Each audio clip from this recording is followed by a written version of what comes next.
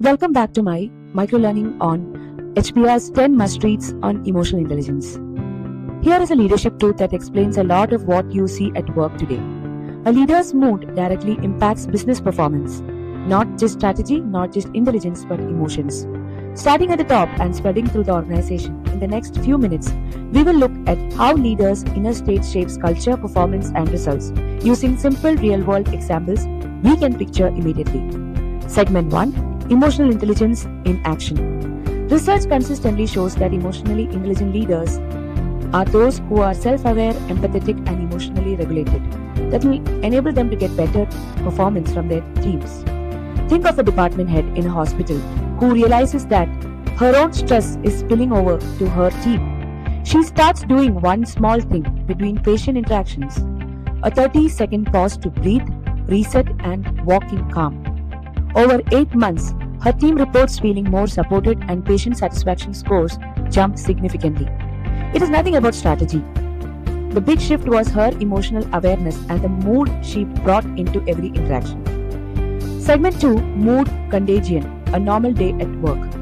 Emotions are contagious whether we notice it or not. Picture this. You have a meeting at 9 a.m. Your manager storms in, snaps at a small mistake, sighs loudly and says, "I didn't have time for all these." What happens in the room? People speak less. Cameras go off. Ideas get held back. The silent message becomes, "Play safe, don't stand out." Now flip the situation. Same meeting, different mood.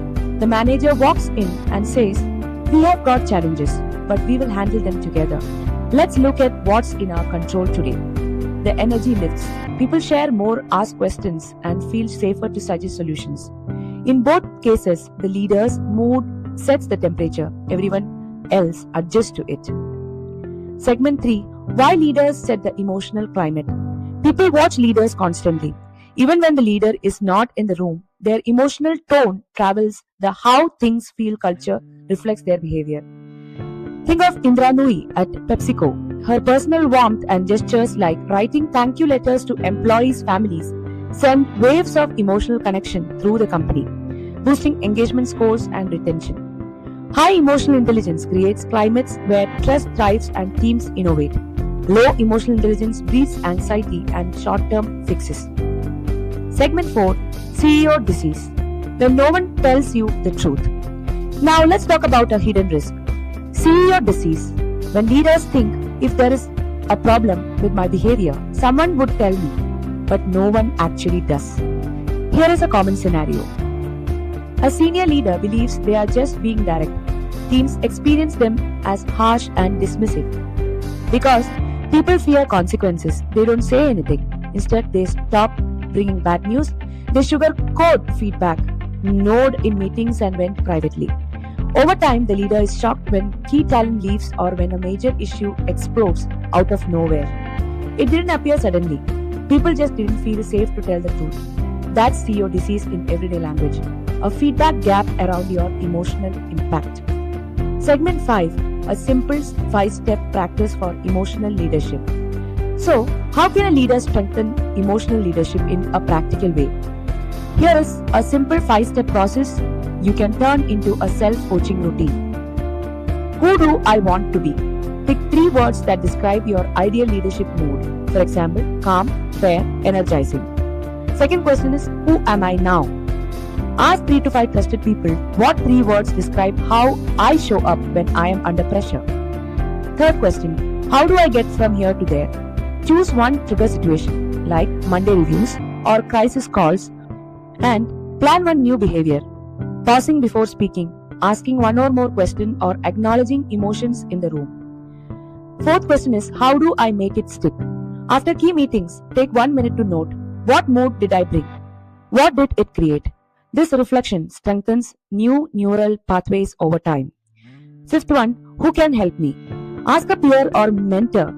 During meetings this month, will you observe my emotional tone and give me one concrete suggestion? You are not trying to become a different person overnight. You are rewiring recurring emotional habits, one small situation at a time. Segment 6.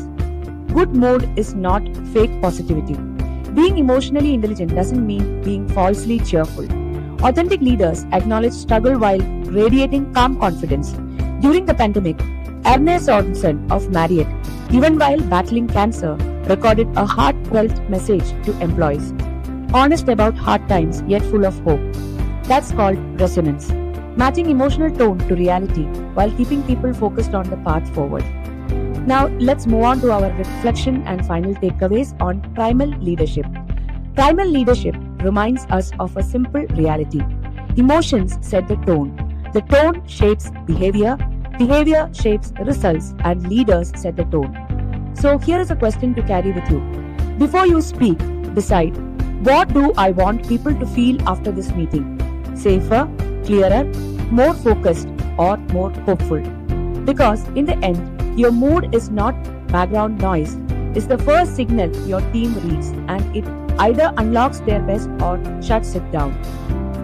This is Rajni Ramkumar signing off from my microlearning. In the next episode, we will talk about the cost of unfairness, why it's so hard to be fair, by Joel Buckner.